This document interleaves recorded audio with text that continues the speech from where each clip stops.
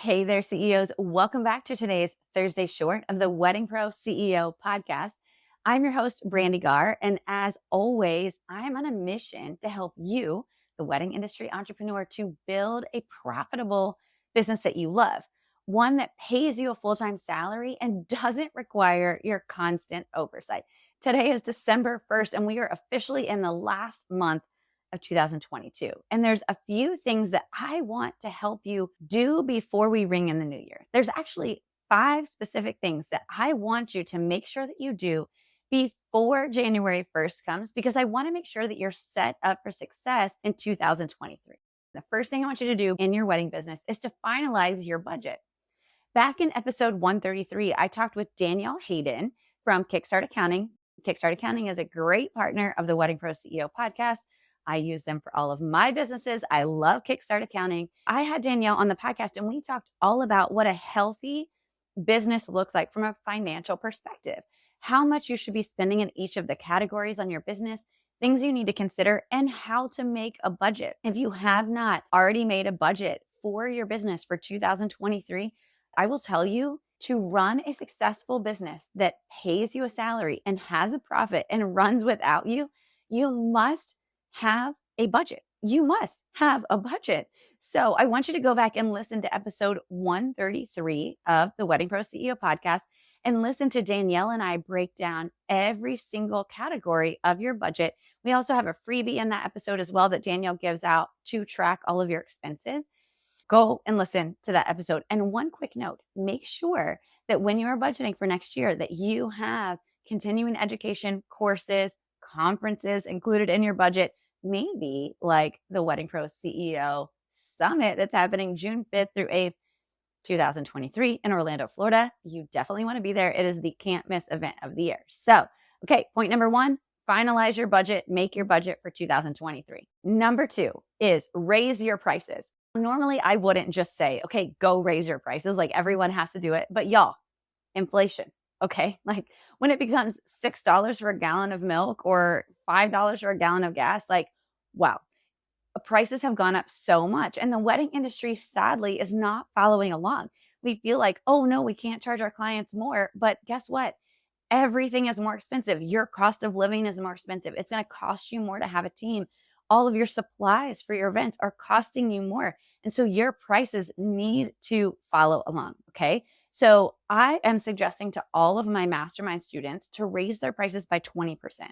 I did this as well as a business owner in my planning company, Blush. We raised all of our prices across the board by 20% this year because we really are just trying to cover for our cost increases. I would tell you to take a nice hard look at your packages and really see what costs have gone up for you this year. Are there costs that have really inflated?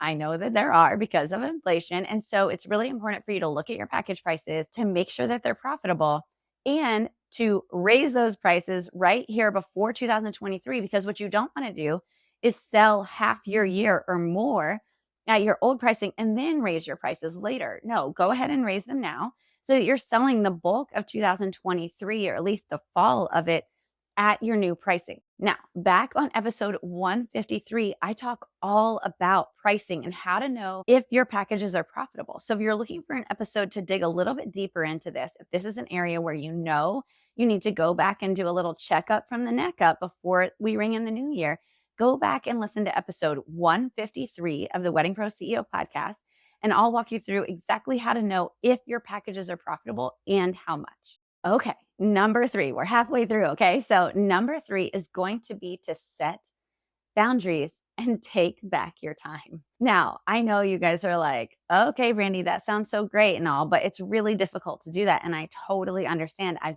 been there. But here's what I want you to understand. No one steals your time. Your clients aren't stealing your time from you. They're not taking advantage of you. You're allowing them to have that time by not setting proper boundaries in advance. I really want you to look at next year and think, what do I want my year to look like? I always suggest that you take Mondays off as a CEO day. So yes, you're not necessarily like sitting on the couch eating bonbons. But I never do any client-facing meetings on a Monday because I really want to be able to work from my couch on administrative things because I'm having a wedding hangover from the weekend. I'm exhausted from the weekend. And this is my day to know that I have to catch up on my inbox, to schedule out the rest of my week, to make appointments, confirm appointments, anything you need to catch up on, and then also to do that CEO work. And so I really want you to think about, what do I want my weeks to look like next year? And set those boundaries hard and fast now. Write yourself a note and a promise to yourself, even that you're going to maybe not take any client facing meetings on Mondays and Fridays. That's how my schedule works.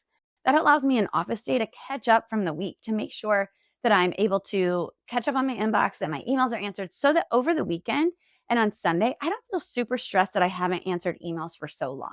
Now, Tuesday, Wednesday, Thursday, my days become very, very full because I stack client meetings right back to back, or Zoom calls back to back. But the nice thing about that is that I book in my week on Mondays and Fridays as purely admin days. And I don't have these just like little pockets of admin time in between meetings, because that's not really that efficient to work. If you're looking to deep dive into this topic and really how to understand how to maximize your time and get back your time, I'm going to encourage you to go listen to short 36 of the Wedding Pro CEO podcast. I talk all about time management and how to maximize your time and grow your revenue. That's so important as a business owner. I don't want you to just get time back so that you can eat bonbons. No, I want you to get time back so that you have a fulfilled life, that you are spending time with your family, but that you're also really focusing on revenue generating tasks. And so it's really important that you focus on what those boundaries are going to look like. So go listen to short 36 and it'll walk you through a deep dive on exactly how to maximize your time and to grow your revenue. Okay, are you guys ready for number 4? This one's actually the simplest of all of them. But when I say run, do not walk, like run to your computer and go do this right now if you haven't already, because I've talked about it so much on the show. But number 4 is to apply for the employee retention tax credit. This is the most important thing you will do in 2022. If you have any W-2 employees and you were impacted by the pandemic, which, hello, we're in the wedding industry. If you had any W-2 employees between 2020 and now, then you will qualify for the employee retention tax credit. And it's a tax credit given by the government up to $26,000 per employee that you have on your books.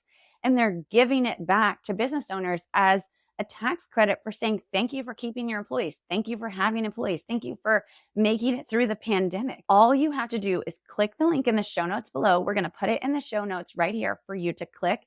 It takes 2 minutes to fill out the application, and then someone from the ERTC team is going to get back with you, and they're going to ask you a few questions, ask you to submit very simple payroll reports that you can run yourself, I promise you, and they'll even show you how to do it. And then they're going to tell you how much you're going to get back. You guys, the number of wedding pros that I have sent to go get their ERTC, and they're coming to me like, Brandee, thank you so much. I've gotten tens of thousands of dollars. Like, some of them are $50,000, $60,000, $70,000 that they're getting back. And I absolutely love hearing this. I've made it a mission of mine to tell as many people as I can about this. If you want to understand a little bit more about it, if you're like, Brandee, I want to understand before I go just apply for this, go back and listen to episode 157. I had Sunshine Chapman on the show. She's the owner of ERC Provider, the company that I use to file our ERC. And I absolutely love working with Sunshine and her husband and her company. And they handle absolutely everything for you. It's all electronic. It's so simple. I want to say we spent less than 30 minutes gathering all of the information they needed to apply for this tax credit for us.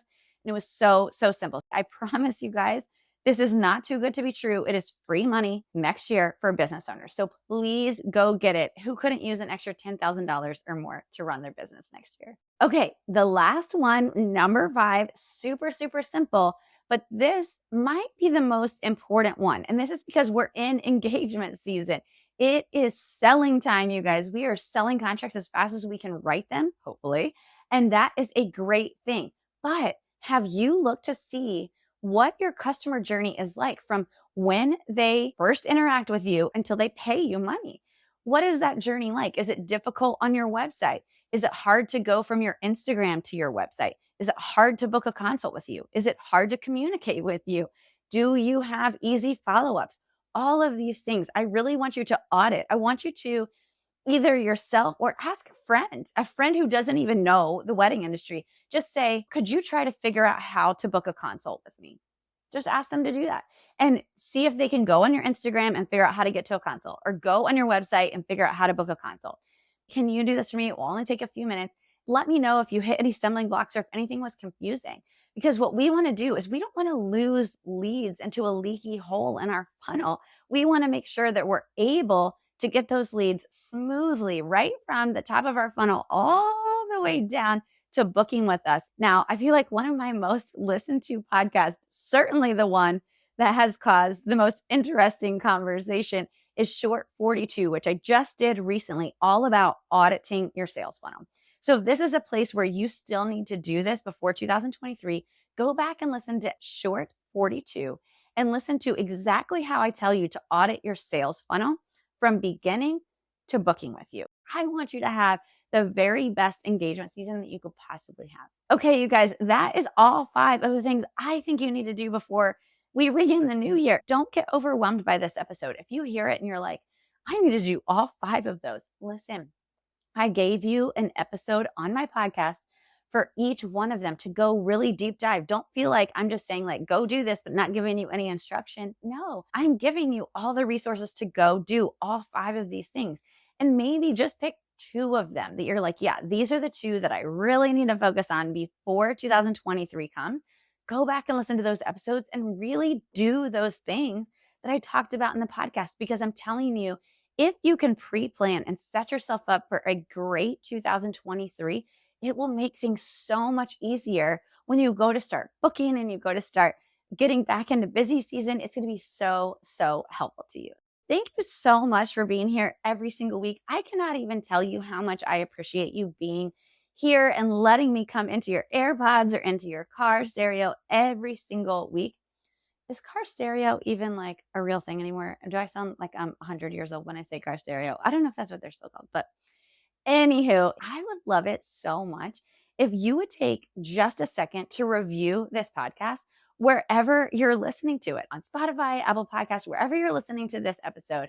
Take just a second to review the podcast, because when we see your reviews come in, it helps us so much to know what episodes are resonating, what we should make more content of, maybe what we shouldn't make content of. We always love hearing those reviews from you, and it helps us so much to create content that's really helping you to move the needle forward and building a profitable business that you've always dreamed of. You guys, thank you so much for being here, and I will see you next time.